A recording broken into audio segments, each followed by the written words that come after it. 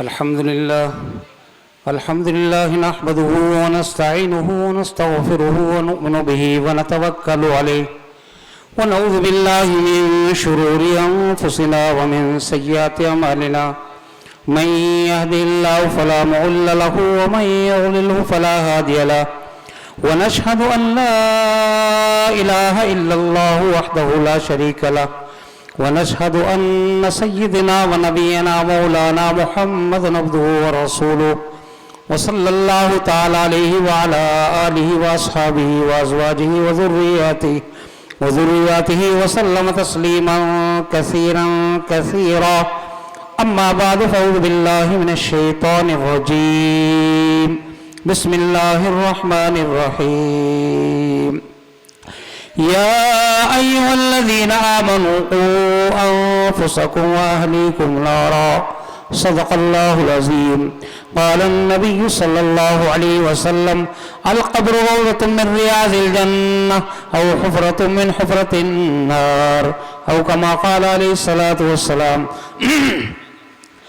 دولت دنیا نہ لے تو دولت اسلام لے دولت دنیا نہ لے تو دولت اسلام لے دین و علم و فضل کی گرتی عمارت تھام لے بات کہہ رہا ہوں موقع گر تو مان لے بات کہہ رہا ہوں موقع گر تو مان لے ایسا مومن بن کے دکھلا دے اگر پوری دنیا تجھ کو جان لے ذرے ذرے سے نمایاں عظمت اسلام ہے ذرے ذرے سے نمایاں عظمت اسلام ہے ہر طرف اونچا زمانے میں خدا کا نام ہے دین کی خاطر جئیں گے دین پر مر جائیں گے دین کی خاطر جئیں گے دین پر مر جائیں گے بس یہ آغاز ہے اپنا یہی انجام ہے بڑھتی ہی جاتی ہیں جس مکار کی مکاریاں بڑھتی ہی جاتی ہیں جس مکار کی مکاریاں جس سے نفرت ہے جہاں کو جو بہت بدنام ہے اہل مغرب دشمنی اسلام سے کرتے رہے اہل مغرب دشمنی اسلام سے کرتے رہے اس لیے ان کے دلوں پر ہیبت اسلام ہے میرے بھائیوں اس وقت میں مجھے زیادہ کچھ نہیں کہنا ہے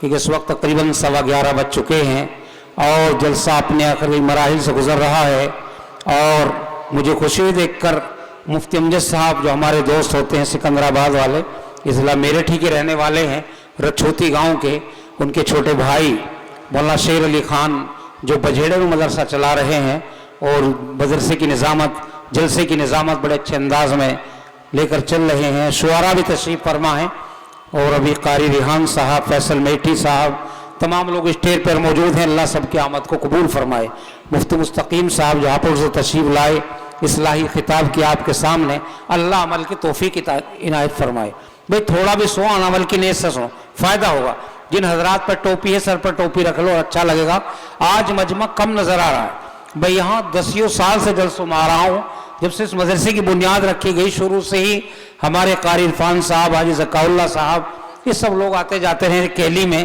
اور جس وقت مجھے ٹیلی فون کیا جلسے کی تاریخ لی اس وقت میں سفر میں تھا گجرات میں بمبئی کے پاس سورت شہر میں تھا رمضان میں مجھے فون کیا کہ جلسہ ہے بہرحال ہر سال میری حاضری ہوتی ہے یہاں پر یہ رشتہ داری کا بھی گاؤں ہے کئی تعلقات ہیں آپ سے سارے جلسوں میں آتا ہوں اس گاؤں کے تو بہرحال مجھے دیکھ کر مجمع کو آج کچھ کم لوگ آئے ہیں اور چلت پھرسی ادھر ادھر کر رکھی آپ نے جو بھی ہیں بھائی جم کر بیٹھ جائیں مفتی صاحب کا آخری خطاب دعا ہوگی چند میں ذکر کر لیں سر ڈھک لیں کسی کے پاس رومال ٹوپی جلسے میں سر ڈھکایا کرو اس سے لگتا ہے پڑھے لکھوں کا گاؤں ہے اپنے جلسوں پہ جب آئیں تو سر ڈھک کر آئیں ٹوپی رکھ لیں رومال باندھ لیں کچھ بھی کر لیں مسجد میں سے اٹھا کے ٹوپی اوڑھ لیں تو اس لیے کچھ نہ کچھ تو سر پہ ڈھک لیا کرو صحیح ہو کر بیٹھ جاؤ بھائی 2-3 ادھر بیٹھے بچے وہ بھی آگے ہو جائیں گاڑی بھیج دو انہیں لینے کے لیے جلدی سے آ جاؤ ادھر بھی بیٹھے ہیں کچھ لوگ انہیں بھی بلا لو یہ 4 پہ اٹھا دو یہاں سے ادھر آ جاؤ بھائی ایک تو ہیں زیادہ اور تڑ بتڑ ہندوستان کا نقشہ بنا رکھا آپ لوگوں نے تو جلدی آؤ قاری صاحب صدر صاحب کی نے سب کوئی 4 پہ اٹھاؤ ایسا بیٹھ جاؤ بھائی تم بیٹھ جاؤ بھائی جیپے کے لوگ بات بہت مانتے ہیں بچے بھی بڑے اچھے ہیں آگے لا الہ الا اللہ لا الہ الا اللہ آپ لوگ بھی کہو اللہ کا ذکر کر لو تھوڑی دیر بس چند منٹ مجھے بات کریں لا الہ الا اللہ لا الہ الا اللہ لا الہ الا اللہ لا الہ الا اللہ دل کو اگر چمکانا ہے گر ایمان بنانا ہے ملت کو بتلانا ہے اور نگری نگری گانا ہے، لا الہ الا اللہ، لا الہ الا اللہ، لا الہ الا اللہ، لا الہ الا اللہ۔ ایسے کہاں تھے ہمارے نصیب، ہم کو ملا اللہ کا حبیب، ہے یہ دعائیں رب مجیب، ہم جا کے پڑھیں روزے کے قریب، لا الہ الا اللہ، لا الہ الا اللہ، لا الہ الا اللہ، لا الہ الا اللہ۔ ایسے کہاں تھے ہمارے نصیب، ہم کو ملا اللہ کا حبیب، ہے یہ دعائیں رب مجیب، ہم جا کے پڑھیں روزے کے قریب، لا الہ الا اللہ، لا الہ الا اللہ، لا الہ الا اللہ، لا الہ الا اللہ۔ مولا دل کا زنگ چھڑا،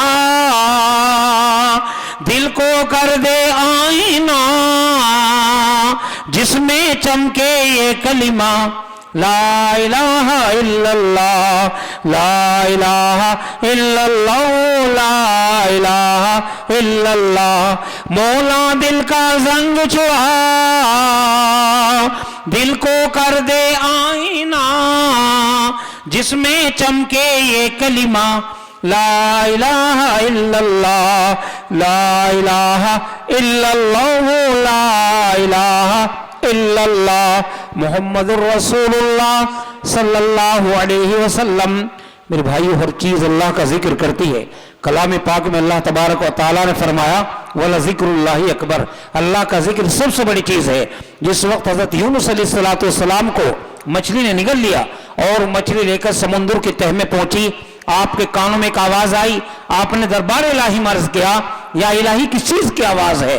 تو بتایا گیا کہ چھوٹے چھوٹے ذرات، چھوٹی چھوٹی کنکریاں، چھوٹی چھوٹی مچھلیاں، چھوٹے چھوٹے کیڑے، چھوٹے چھوٹے مکوڑے ہمارا ذکر کر رہے ہیں۔ آپ نے فوراً تسبیح الہی پڑھنی شروع کر دی۔ وہ کون سی تسبیح تھی؟ لا الہ الا انت سبحانک انی کنت من الظالمین۔ مچھلی کو حکم ہوا، اے مچھلی فوراً سمندر کے کنارے پر جا کر ہماری یونس کو صحیح و سالم خشکی پر اگلا۔ مچھلی حکم الہی پاتے سمندر کے کنارے پر آئی اور حضرت یونس علیہ السلام کو خشکی پر اگر کر چلی گئی۔ آپ تقریباً 40 روز تک مچھلی کے پیٹ میں رہے، بھوں کے بال ختم، سر کے بال ختم، داڑھی کے بال ختم، لیکن اللہ کے فضل و کرم سے اللہ کے رحم سے آپ زندہ رہے۔ تو معلوم ہوا کہ ہر چیز اللہ کا ذکر کرتی ہے۔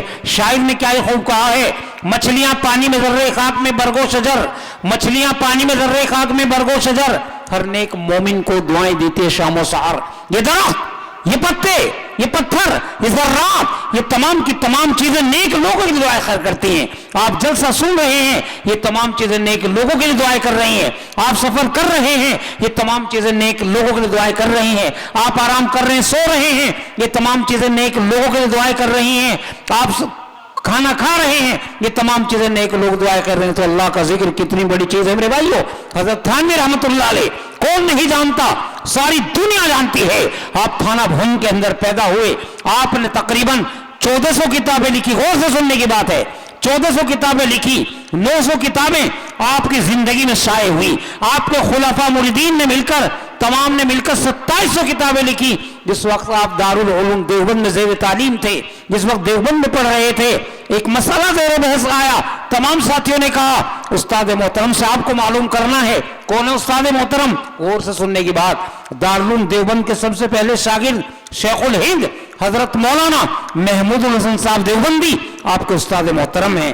پڑھانے والا بھی محمود، پڑھنے والے بھی محمود۔ میرے بھائیوں، ملا محمود استاد ہیں اور آپ شاگرد ہیں۔ اس وقت حضرت تھانوی کے استاد ہیں آپ اس مسئلے کو معلوم کرنے کے لیے چھتہ مسجد میں پہنچے، جو سب سے پہلے حضرت قاسم صاحب نانوتوی رحمت اللہ علیہ کی خدمت گاہ، وہیں پر ان کا حجرہ، وہیں پر ان کا کمرہ تو وہاں موجود تھا۔ تو اس کے اندر حضرت شیخ الہند فجر کی نماز ادا کرنے کے بعد اس کمرے میں چلے گئے۔ آپ پیچھے پیچھے چلے اور استاد محترم سے مسئلہ معلوم کرنا چاہتے تھے، کیونکہ استاد کا احترام بھی ضروری ہے۔